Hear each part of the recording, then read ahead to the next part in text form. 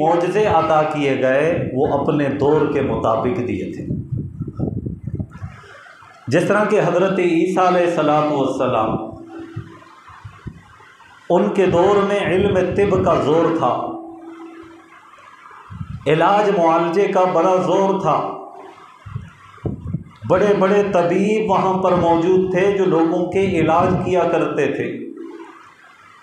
اللہ تعالیٰ نے اپنے پیغمبر حضرت عیسیٰ علیہ السلام کو مبعوث فرمایا، اور اس وقت اور اس دور کے مطابق جن چیزوں کی ضرورت تھی اللہ تعالیٰ نے بطور معجزہ وہ چیزیں حضرت عیسیٰ علیہ السلام کو عطا فرمائی۔ اور عیسیٰ علیہ السلام کے معجزات میں سے جو نمایاں چیزیں ہیں ان میں سے ایک یہ جو پیدائشی طور پر نابینا ہوتا تھا، جسے دکھائی نہیں دیتا تھا، پیدائشی طور پر اندھا ہوتا تھا، حضرت عیسیٰ علیہ السلام جب ان کی آنکھوں پہ اپنے ہاتھ مبارک کو پھیر لیتے تو اللہ تعالیٰ ان کی بینائی کو واپس کر دیتے تھے۔ وہ اندھا جو ہے وہ بینا ہو جاتا تھا، نابینا بینا ہو جاتا تھا۔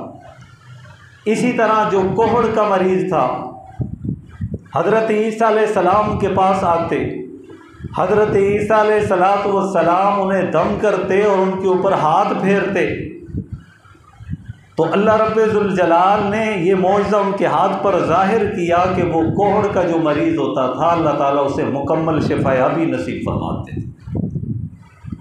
اسی طرح کوئی آدمی مر جاتا اور اس کی قبر پر کھڑے ہو کر حضرت عیسیٰ علیہ السلام یہ کہتے قم بإذن اللہ، کہ اللہ کے حکم سے کھڑے ہو جاؤ، تو وہ مردہ قبر سے باہر نکلتا اور حضرت عیسیٰ علیہ السلام کے ساتھ ہم کلام ہوتے۔ تو اس وقت کی مناسبت سے اللہ رب ذوالجلال نے حضرت عیسیٰ علیہ السلام کو یہ معجزات عطا فرمائے۔ حضرت موسیٰ علیہ السلام کے دور میں آئیے، اس دور میں جادوگروں کا بڑا چرچا تھا۔ جیسے کہ آپ جانتے ہیں فرعون نے وہ جادوگروں کو اکٹھا کیا تھا اور انہوں نے اپنے جادو کے کرتب دکھائے۔ اللہ تبارک و تعالی نے ان کو عاجز کرنا تھا اور دنیا والوں کو بتلانا تھا کہ اس جادو کے سامنے، یہ جادو جو ہے رب العالمین کے حکم کے سامنے اس کی کوئی حیثیت نہیں ہے۔ اللہ تبارک و تعالی نے موقع کی مناسبت سے حضرت موسیٰ علیہ السلام کو معجزات عطا کیے، اور ان میں نمایاں معجزہ کیا تھا؟ وہ عصا کا تھا، لاٹھی کا تھا، کہ جب وہ لاٹھی وہ عصا حضرت موسیٰ علیہ السلام زمین پر پھینکتے تو اس سے سانپ بن جاتا۔ پھر فرعون نے سارے جادوگروں کو اکٹھا کیا اور موسیٰ علیہ السلام بھی وہاں پر موجود تھے، اور چونکہ دنیا والوں کے سامنے فرعون یہ ظاہر کر رہا تھا کہ نعوذ باللہ حضرت موسیٰ علیہ السلام جادوگر ہیں، چلیں ان کے جادو کا ہم مقابلہ کرواتے۔ جب جادوگر آئے قالوا یا موسیٰ، وہ کہنے لگے اے موسیٰ اما ان تلقی و اما ان نکون ملقین، نحن ملقین، اے موسیٰ آپ پہلے اپنا جلوہ دکھاتے ہیں یا ہم دکھائیں؟ قال بل القوا، موسیٰ علیہ السلام نے فرمایا کہ تم پہلے جو ہے تمہارے ہاتھ میں جو لاٹھیاں ہیں اس کو پھینکو۔ اب ان کے ہاتھ میں رسیاں تھیں، جیسے ہی نیچے پھینکی گئیں تو اس سے سانپ نمودار ہو گئے، ہزاروں کی تعداد میں وہ سانپ بن گئے، نیچے نظر آ رہے تھے رینگتے ہوئے زمین پر۔ فاوجس فی نفسہ خیفہ، حضرت موسیٰ علیہ السلام نے دل کے اندر ظاہری طور پر ایک خوف کو محسوس کیا کہ موسیٰ علیہ السلام جب اس کیفیت میں مبتلا تھے تو اللہ تبارک و تعالی نے ارشاد فرمایا کہ یا موسیٰ، اے موسیٰ اب پریشان نہ ہو، انک انت الاعلی، بے شک آپ ہی برتری حاصل کریں گے، آپ ہی کو کامیابی ملے گی، سرخروئی ملے گی۔ پھر موسیٰ علیہ السلام نے جب عصا کو پھینکا، اس سے اژدہا بنا، اس اژدہا نے ان سارے ہزاروں کی تعداد میں جو ظاہری طور پر سانپ جادوگروں نے بنا کر دکھائے تھے، ان کو نگلنا اس طرح شروع کیا جس طرح کہ مرغی دانے چنتی ہے۔ تو اللہ تعالیٰ نے اس موقع کی مناسبت سے حضرت موسیٰ علیہ السلام کو یہ معجزہ عطا کیا تھا۔ دیگر پیغمبروں کے معجزات کا ذکر کریں تو وقت ختم ہو جائے گا۔ میں امام الانبیاء محمد الرسول اللہ صلی اللہ علیہ وسلم، جو وجہ کائنات بھی ہیں، جو محسن کائنات بھی ہے، جو سارے نبیوں کے سردار بھی ہیں، سارے نبیوں کے سرتاج بھی ہیں، جو شافع روز محشر بھی ہیں، ساقی کوثر بھی ہیں، میں ان کے معجزات کی طرف آتا ہوں کہ اللہ رب ذوالجلال نے اپنے پیغمبر کو بہت سارے معجزات سے نوازا۔ ایک علمی معجزہ اللہ تبارک و تعالیٰ نے وہ عطا کیا، وہ بھی موقع کی مناسبت کے مطابق۔ جب نبی علیہ السلام مبعوث ہوئے، آپ کو نبوت اور رسالت ملی،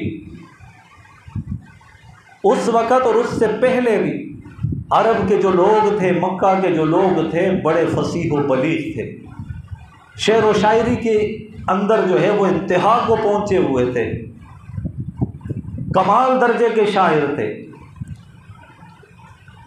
ایسے عظیم شاعر کہ ارد گرد کے سارے لوگ جو ہیں ان کی واہ واہ کیا کرتے تھے۔ اللہ تعالیٰ نے اپنے پیغمبر کو اس موقع کی مناسبت سے ایک معجزہ عطا کیا جو قرآن مجید فرقان حمید ہے۔ یہ قرآن مجید جب اللہ تبارک و تعالیٰ نے نازل فرمایا نا، تو اس کے اندر جتنے بھی فصیح و بلیغ تھے، عربی دان تھے، شعر و شاعری کے اندر جو مایاناز قسم کے لوگ تھے، ان کے سامنے قرآن مجید نے چیلنج رکھا۔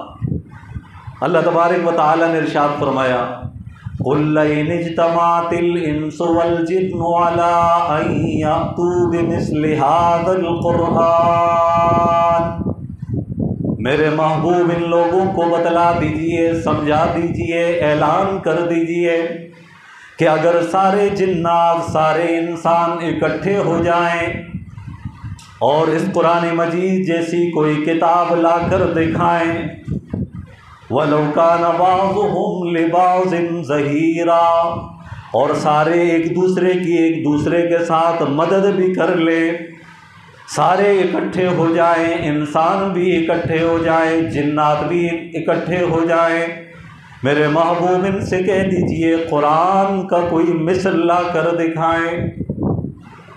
قرآن میرے رب کا کلام ہے، یہ میرے رب کا کلام ہے، یہ مخلوق نہیں ہے، یہ رب کی ذات سے نکلا ہوا ہے۔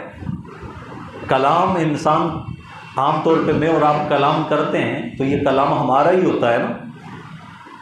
قرآن مجید فرقان حمید یہ کلام اللہ ہے، یہ اللہ کا کلام ہے، اور اللہ کے کلام کا کون مقابلہ کر سکتا ہے؟ بڑے بڑے شاعر عاجز آ گئے، بڑے بڑے فصیح و بلیغ گھٹنے ٹیکنے پر مجبور ہو گئے کہ یہ کیسا چیلنج دے دیا گیا ہے، چنانچہ خاموشی اختیار کر لی۔ پھر کچھ عرصہ گزرا، اللہ تبارک و تعالیٰ نے دوسرا چیلنج دیا قرآن مجید کے اندر، فَاتُوا بِعَشْرِ سُوَرٍ مِثْلِهِ، چلو پورا قرآن مجید نہیں لا سکتے، قرآن مجید کا بدل اور اس کی نظیر نہیں لا سکتے، پھر فرمایا کہ اس جیسی 10 صورتیں لا کر دکھاؤ۔ اب 10 صورتیں ہیں، پھر بھی وہ آپس میں خسر غسر کرنے لگے، کیونکہ رب کا کلام ہے، رب کے کلام کا تو مقابلہ کوئی نہیں کر سکتے۔ اور پھر اللہ تبارک و تعالیٰ نے تیسرا چیلنج دیا کہ پورا قرآن نہیں لا سکتے، 10 صورتیں بھی نہیں لا سکتے، فَأْتُوا بِسُورَةٍ مِّن مِّثْلِهِ، اس جیسی کوئی ایک صورت لا کر دکھاؤ، ایک صورت قرآن مجید کی چھوٹی جو صورتیں سورہ اخلاص، سورہ کوثر، سورہ نصر، سورہ عصر، یہ چھوٹی چھوٹی صورتیں اللہ تبارک و تعالیٰ نے ارشاد فرمایا قرآن مجید جیسی کوئی کتاب نہیں لا سکتے، 10 صورتیں نہیں لا سکتے، ایک چھوٹی سی صورت لا کر دکھاؤ۔ وَادْعُوا شُهَدَاءَكُم مِّن دُونِ اللَّهِ، اور ان شریکوں کو بھی بلاؤ جسے تم اللہ کے علاوہ پکارتے ہو، ان کی عبادت کرتے ہو، ان کنتم صادقین، اب اگر تم اپنے دعوے میں سچے ہو۔ پھر اللہ تبارک و تعالیٰ نے مزید ان کی عاجزی کو بیان فرمایا کہ قرآن کے سامنے وہ لوگ بالکل عاجز آ چکے تھے۔ اللہ پاک نے فرمایا فَإِن لَّمْ تَفْعَلُوا، اگر تم اس طرح نہ کر سکو، وَلَن تَفْعَلُوا، تم کر بھی نہیں سکتے اس طرح، قرآن جیسی کوئی ایک صورت تم لا بھی نہیں سکتے۔ فَإِن لَّمْ تَفْعَلُوا وَلَن تَفْعَلُوا، اگر تم اس طرح کر بھی نہیں سکتے تو فَاتَّقُوا النَّارَ الَّتِي أُعِدَّتْ لِلْكَافِرِينَ، پس ڈرو اس آگ سے جو کافروں کے لیے جس کو اللہ نے تیار کر رکھا ہے۔ تو اللہ تبارک و تعالیٰ نے اپنے محبوب کو سب سے بڑا معجزہ وہ قرآن کی صورت میں عطا کیا، اور باقی نبیوں کا معجزہ جو ہے وہ اپنے دور تک محدود تھا، لیکن امام الانبیاء کو اللہ تعالیٰ نے جو معجزات عطا فرمائے، جو ان میں سے قرآن مجید سب سے بڑا معجزہ ہے، اور یہ قیامت تک معجزہ ہے۔ کوئی بھی جو ہے اس کا بدل جو ہے نعم البدل وہ نہیں لا سکتا، اس کا مقابلہ کوئی بھی نہیں کر سکتا۔ یہ قرآن مجید فرقان حمید ہے، یہ سب سے بڑا معجزہ ہے۔ اور اس کے علاوہ دیگر معجزات، کافروں نے مطالبہ کیا کہ اے محمد آپ کی بات کو ہم جب تسلیم کریں گے کہ جب آپ یہ جو چاند جو دنیا کو روشن کر رہا ہے، یہ جو چاند دنیا کو کے اندر اپنی روشنی بکھیر رہا ہے، اگر اس کے 2 ٹکڑے ہو جائیں تو ہم آپ کو مان لیں گے۔ امام الانبیاء سرور کائنات محمد الرسول اللہ صلی اللہ علیہ وسلم اللہ کے حکم سے، اللہ کی اجازت سے، اللہ کے اذن سے اس چاند کی طرف اشارہ کر دیتے ہیں۔ اللہ تبارک و تعالیٰ چاند کے 2 ٹکڑے کر دیتا ہے۔ یہ چاند کا ٹکڑے ہو جانا نہ اس سے پہلے کبھی ہوا اور نہ اس کے بعد کبھی ہوا، یہ صرف اسی وقت ہوا جب امام الانبیاء نے اس کی طرف یوں اشارہ کیا تو چاند کے 2 ٹکڑے نظر آئے۔ یہ سب سے بڑے معجزے جو اللہ تبارک و تعالیٰ نے اپنے پیغمبر کو عطا فرمائے۔ اس کے علاوہ بھی اور کئی معجزات ہیں جو اللہ تبارک و تعالیٰ نے اپنے محبوب کو عطا فرمائے ہیں۔ میں گزشتہ 2-4 جمعوں کے اندر بھی ایک آدھ مرتبہ آپ کے سامنے بیان کیے تھے، ان معجزات کا ذکر کیا تھا، جس طرح کہ وہ حدیبیہ کے مقام پر کہ پانی ختم ہو چکا تھا، نبی علیہ الصلوۃ والسلام نے اپنا ہاتھ مبارک جو اس برتن کے اندر رکھا تو پانی کے فوارے پھوٹنے لگے۔ اسی حدیبیہ کا موقع ہے، پانی ختم ہو چکا ہے، کنویں کے پاس گئے، کنویں کے اندر ڈول ڈالا تو کنواں خشک ہے، پانی نہیں ہے، وہ گہرائی کے اندر پانی ہے۔ امام الانبیاء محمد الرسول اللہ صلی اللہ علیہ وسلم نے ارشاد فرمایا کہ بچا کھچا ہوا کچھ پانی ہو تو لے آؤ۔ جب لایا گیا تو ایک کوزے کے اندر اس کو ڈال دیا گیا۔ امام الانبیاء نے وضو فرمایا، منہ کے اندر پانی ڈالا، وہ منہ کے اندر ڈالا ہوا پانی اس کی کلی کر کے اس کنویں کے اندر ڈال دی۔ صحابہ فرماتے ہیں کہ ہم نے اپنی آنکھوں سے دیکھا کہ جس کنویں کے اندر پانی نہیں تھا وہ کنواں پانی سے لبالب بھر گیا۔ ہم نے بھی پیا، جانوروں کو بھی پلایا، مشکیزوں کے اندر بھی رکھا۔ یہ 1600 تعداد مسلمانوں کی تھی اس وقت۔ امام الانبیاء کے لعاب مبارک کی برکت سے اللہ تبارک و تعالیٰ نے جس کنویں کے اندر پانی نہیں تھا اس کنویں کے اندر پانیوں کو بھر دیا اور دنیا والوں کو دکھا دیا کہ یہ میرے پیغمبر کا معجزہ ہے۔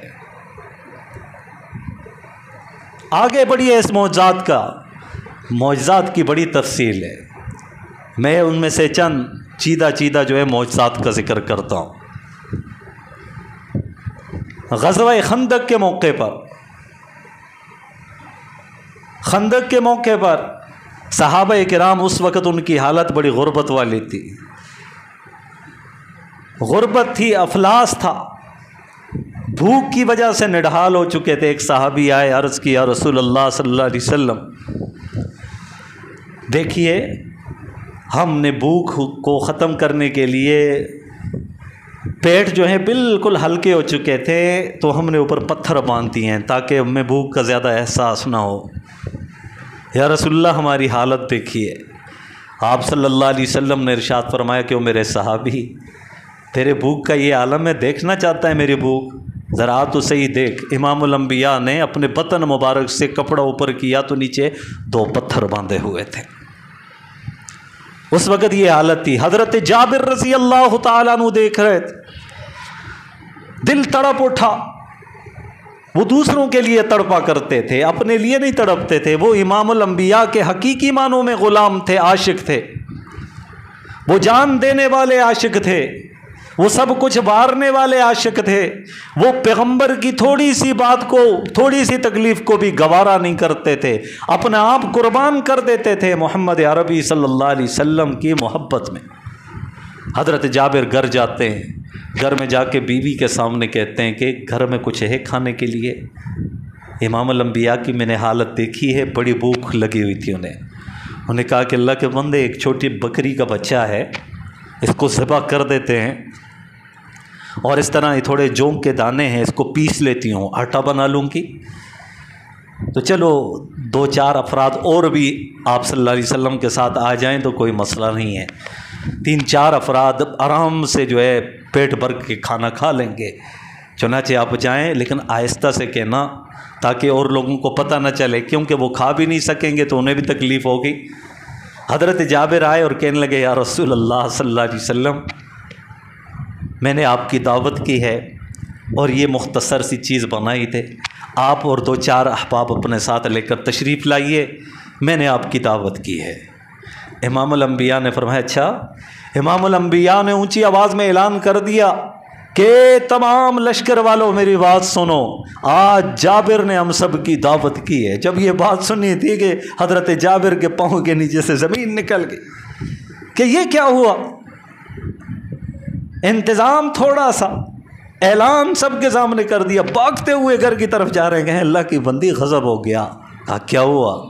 کہا اس طرح کی بات ہے، امام الانبیاء نے اعلان کر دیا۔ ان کا کوئی بات نہیں، جب انہوں نے انتظام اعلان کیا نا تو اب وہ جانے تو اس کا خدا جانے، اب ہمیں فکر کرنے کی کوئی ضرورت نہیں ہے۔ ایمان بنا ہوا تھا نا، ایمان ان کا کامل تھا۔ آج کل کے دور میں کوئی اس طرح کی بات ہو جائے تو کیا ہوگا، لیکن ان کا ایمان بنا ہوا تھا کہ امام الانبیاء نے اعلان فرمایا تو چلو پھر تو کچھ نہ کچھ تو ہوگا، آپ پریشان نہ ہو۔ اب امام الانبیاء آگے تشریف لاتے ہیں، وہ کہتے ہیں کہ جابر گھر میں جا کر کہنا کہ ہنڈیا کو نیچے نہیں اتارنا آگ سے۔ اب آپ صلی اللہ علیہ وسلم گئے اور اپنا لعاب مبارک اس کے اندر ڈالا، اس آٹے کے اندر بھی ڈالا، اور کہا کہ 10 آدمیوں کی ٹولیاں بنائی جائیں، اور ان کو کہا کہ ان کو کھانا کھلاؤ۔ 10 آدمی آتے گئے اور کھانا کھاتے گئے، 10 آتے گئے اور کھانا کھاتے گئے۔ 1500 سے بھی زائد تعداد کے اندر صحابہ کرام موجود تھے، سب نے سیر ہو کر کھایا بھی۔ حضرت جابر کہتے ہیں کہ میں نے ہنڈیا کو اوپر سے ڈھکن کھول کے نیچے دیکھا تو وہ سالن جوں کا تو تھا، وہ آٹا اسی طرح کا تھا، اور مسکراتے ہوئے کہا یا رسول اللہ صلی اللہ علیہ وسلم یہ تو ختم ہی نہیں ہوا ہے، یہ تو اسی طرح بھرا ہوا ہے۔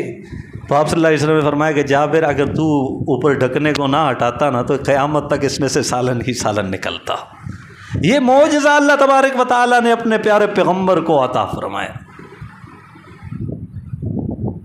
ذرا آگے بڑھیے غزوہ تبوک کے موقع پر، اور یہ غزوہ تبوک میں مسلمانوں کی تعداد 30,000 تھی، اور ان کا مقابلہ جو ہے 2 لاکھ لوگوں سے تھا، اور رومی لوگ تھے اس وقت، اور رومی اس وقت اسلحے سے لیس جدید اسلحہ، اس دور کے مطابق ان کے پاس اسلحہ موجود تھا۔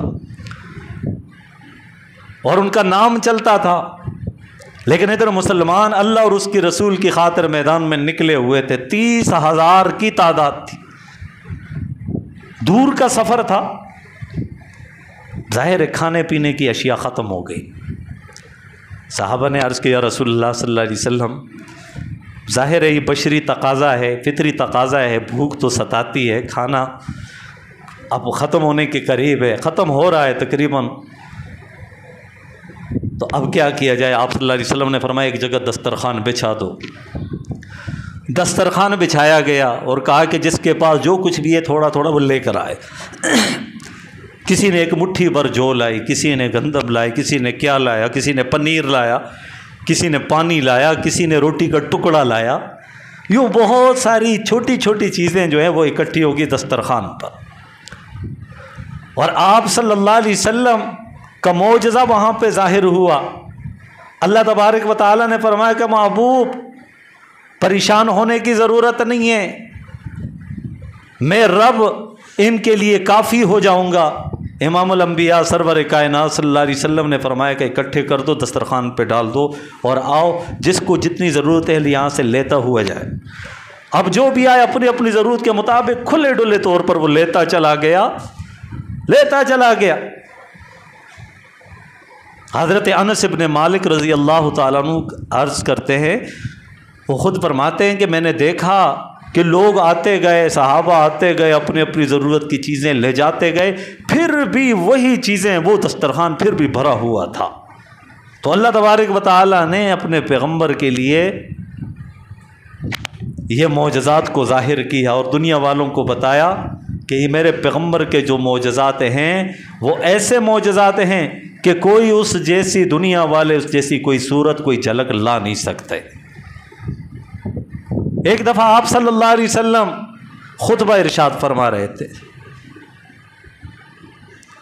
خشک سالی تھی، بارشیں نہیں ہوتی تھی، بارش کی ضرورت تھی۔ ایک دیہاتی صحابی آئے، کھڑے ہو گئے، کہنے کہ یا رسول اللہ صلی اللہ علیہ وسلم پانی کی بڑی قلت ہے، کتنا عرصہ ہوا بارش نہیں ہوئی، ہمارے جانور بھی مر رہے ہیں، پانی کی قلت کی وجہ سے بیماریاں بھی بڑھ رہی ہیں، یا رسول اللہ صلی اللہ علیہ وسلم دعا کیجئے کہ بارش ہو جائے۔ صحابی رسول عرض کرتے ہیں کہ میں نے دیکھا امام الانبیاء سرور کائنات صلی اللہ علیہ وسلم نے یوں ہاتھ اٹھائے، ابھی ہاتھ اٹھانے کی دیر تھی اور کلمات کہنے کی دیر تھی، اللہ تعالیٰ نے موسلادھار بارش برسا دی، اتنی بارش برسی کہ کچھ دنوں کے بعد پھر دوسرے اعرابی آئے اور کہنے لگے یا رسول اللہ صلی اللہ علیہ وسلم بہت بارش ہو گئی ہے، اب تو راستے بھی ٹوٹ رہے ہیں، اب تو جو ہے گھروں کے اندر بھی پانی اسی طرح گھروں کو بھی نقصان پہنچا رہا ہے، اب آپ ایسا کیجئے، دعا کیجئے کہ اللہ تعالیٰ بارش کو روک دے۔ یہ انسانی فطرت ہے نا، نہ ہو تو پھر بھی انسان کہتا ہے کہ ہو، جب زیادہ ہوتی ہے تو پھر بھی انسان کہتا ہے کہ نہ ہو، یہ انسان کی فطرت ہے، یہ اللہ تعالیٰ نے یہ مادہ رکھا ہے ہر ایک انسان کے اندر۔ تو صحابی رسول فرماتے ہیں کہ امام الانبیاء سرور کائنات کے بعد جب وہ شخص آیا تو آپ صلی اللہ علیہ وسلم نے یوں اوپر کی طرف دیکھا اور میں نے بھی اوپر کی طرف دیکھا، اور اوپر سے وہ چھت نظر آ رہی تھی۔ وہاں پکی چھتیں تو نہیں ہوتی تھی نا، کھجور کی چھال اوپر تنے رکھے ہوئے ہوتے تھے، چھال ہوتی تھی، جب کبھی بارش ہوتی تھی تو پانی ٹپکتا بھی تھا وہاں سے۔ تو امام الانبیاء نے یوں اوپر دیکھا آسمان کی طرف، تو وہ صحابی عرض کرتے میں نے بھی دیکھا، آپ صلی اللہ علیہ وسلم یوں اشارہ کر رہے ہیں، بادل اس طرف ہو رہے ہیں، پھر یوں اشارہ کر رہے ہیں، پھر بادل اس طرف ہو رہے ہیں، آپ صلی اللہ علیہ وسلم آگے کی طرف اشارہ کر رہے ہیں، وہ بادل آگے کے جا رہے ہیں، پھر پیچھے کی طرف جا رہے ہیں۔ میں نے اپنی آنکھوں سے دیکھا کہ مطلع بالکل صاف ہو چکا تھا، ابھی آپ صلی اللہ علیہ وسلم نے دست مبارک جیسے ہی نیچے کیے تو سارے علاقے کا جو موسم تھا وہ بالکل صاف ہو چکا تھا، اور آپ صلی اللہ علیہ وسلم نے دعا مانگی تھی کہ یا اللہ ارد گرد اطراف کے اندر یا اللہ بارش برسائیے، لیکن ہم پہ بارش نہ برسائیے، یا اللہ ہماری دعاؤں کو قبول کیجئے۔ تو اللہ تعالیٰ نے وہ سارے علاقہ جو آبادی کا تھا بارش کو روک کر دکھایا۔ تو یہ نبی علیہ الصلوۃ والسلام کا معجزہ تھا۔ جو اللہ تبارک و تعالی نے دکھایا دنیا والوں کو۔ تو پیغمبر کے معجزات بہت زیادہ ہیں، کثیر تعداد میں، اور یہ معجزہ جو قرآن مجید کی صورت میں ہے یہ قیامت تک معجزہ رہے گا۔ قرآن مجید کے ایک حرف میں بھی کوئی رد و بدل کرنے کی کوشش کرنا چاہے تو نہیں کر سکے گا، اور یہ ایسا معجزہ ہے جو 6 سال کے بچے کے بھی سینے میں محفوظ ہوتا ہے، اور جو 90 سال بزرگ کے سینے کے اندر بھی اللہ پاک اس کو محفوظ کر دیتے ہیں۔ آج دنیا کی کتابیں دیکھیں نا، چھوٹی سی چھوٹی کتاب، کوئی اس کو زبانی طور پہ مکمل یاد نہیں کر سکتا، اور پھر اتنی ضخیم کتاب، بڑی پہلے آسمانی کتابیں بھی موجود تھیں، انجیل تھی، تورات تھی، زبور تھی، تو ان کتابوں کے بھی کوئی حافظ نہیں پوری کتاب کے، لیکن آج قرآن مجید کے حفاظ کو دیکھیں، پوری دنیا کے اندر لاکھوں کروڑوں کی تعداد میں آپ کو حفاظ ملیں گے۔ ایک چھوٹے سے بچے کو آپ کھڑا کریں تو وہ بھی قرآن مجید سنانا شروع کر دے گا، ایک بزرگ کو آپ کھڑا کریں تو وہ بھی قرآن مجید سنانا شروع کر دے گا۔ تو یہ معجزہ ہے نبی علیہ الصلوۃ والسلام کا، جو قیامت تک یہ باقی رہے گا، اور یہ بابرکت معجزہ ہے، اسے ہدایت کا ذریعہ قرار دیا گیا ہے، یہ ہمارے لیے ہدایت نامہ ہے اللہ تعالیٰ کی طرف سے زندگی گزارنے کا۔ ہم قرآن مجید سے رہنمائی حاصل کرنے والے بن جائیں۔ ٹھیک ہے، قرآن مجید کا ویسے پڑھنا بھی باعث اجر و ثواب ہے، ایک ایک حرف پر 10 نیکیاں ملتی ہیں، لیکن اصل قرآن مجید کو نازل کیوں کیا گیا؟ کہ اس کے احکام کو سمجھ کر اپنی زندگیوں کا رخ تبدیل کریں۔ تو قرآن مجید کو ترجمے کے ساتھ ہم پڑھنے کی کوشش کریں، درس قرآن کے اندر پابندی سے آ کر بیٹھیں، اور طلب کرتے ہوئے اس نیت سے، سیکھنے کی نیت سے یہاں پر آئیں گے تو انشاءاللہ العزیز یہ قرآن مجید یہ بالکل آسانی کے ساتھ ہماری سمجھ میں آ جائے گا۔ تو قرآن سے رہنمائی لینے والے ہم بن جائیں۔ صحابہ کرام رضوان اللہ تعالیٰ علیہم اجمعین اس وقت تک آگے بڑھتے ہی نہیں تھے جب تک کہ کسی ایک حکم پر عمل نہ کرتے۔ ہم کتنی مرتبہ قرآن سنتے ہیں، قرآنی احکام سنتے ہیں، لیکن ہم میں سے ہر ایک آدمی خود تنہائی میں بیٹھ کر چند لمحوں کے لیے بیٹھ کر سوچے کہ میں نے کتنی باتوں پہ عمل کیا۔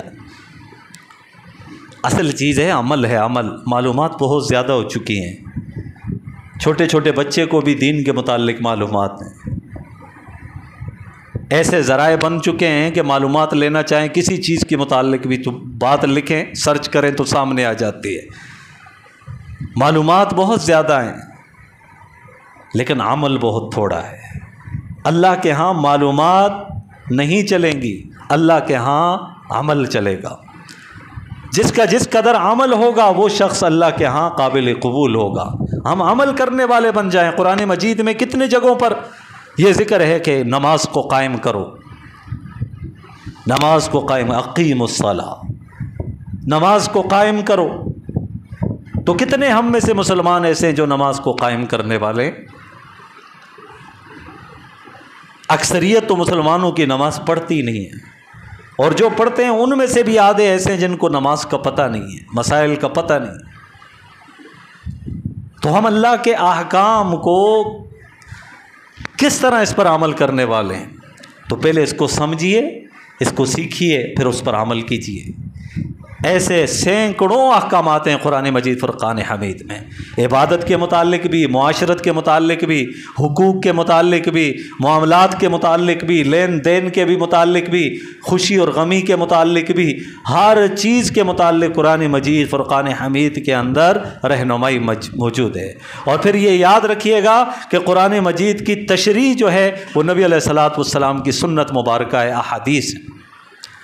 قرآن میں ذکر ہے اقیم الصلاۃ، نماز پڑھو۔ نماز کیسے پڑھنی ہے یہ امام الانبیاء نے فرمایا، اور امام الانبیاء نے جو کچھ بھی فرمایا ہے ہم تک کنہوں نے پہنچایا ہے، کنہوں نے بتایا ہے؟ صحابہ کرام نے بتایا ہے۔ تو قرآن کے سمجھنے کے لیے نبی کی سنت کا سمجھنا ضروری ہے، اور نبی کے سنت کو سمجھنے کے لیے صحابہ کی زندگی سمجھنا ضروری ہے۔ کوئی آدمی کہے کہ میں قرآن کو مانتا ہوں لیکن سنت کو نہیں مانے. اسی طرح کوئی آدمی کہے سنت کو مانتا ہوں لیکن صحابہ کو نہیں مانتا، تو گویا کہ نہ وہ قرآن کو مانتا ہے نہ سنت کو مانتا ہے. قرآن و سنت کے ماننے کے لیے ضروری ہے قرآن کو ماننے کے لیے کہ ہم احادیث پر بھی وہی ایمان رکھیں جس طرح کہ ہمارا ایمان قرآن پر ہے. اور سنت اس وقت تک سمجھ میں نہیں آئے گی جب تک کہ صحابہ کی محبت، اعتقاد یہ دل کے اندر موجود نہیں ہوگا، کیونکہ وہ ہم تک اس سنت کے پہنچانے والے، ہم تک اس دین کو پہنچانے والے.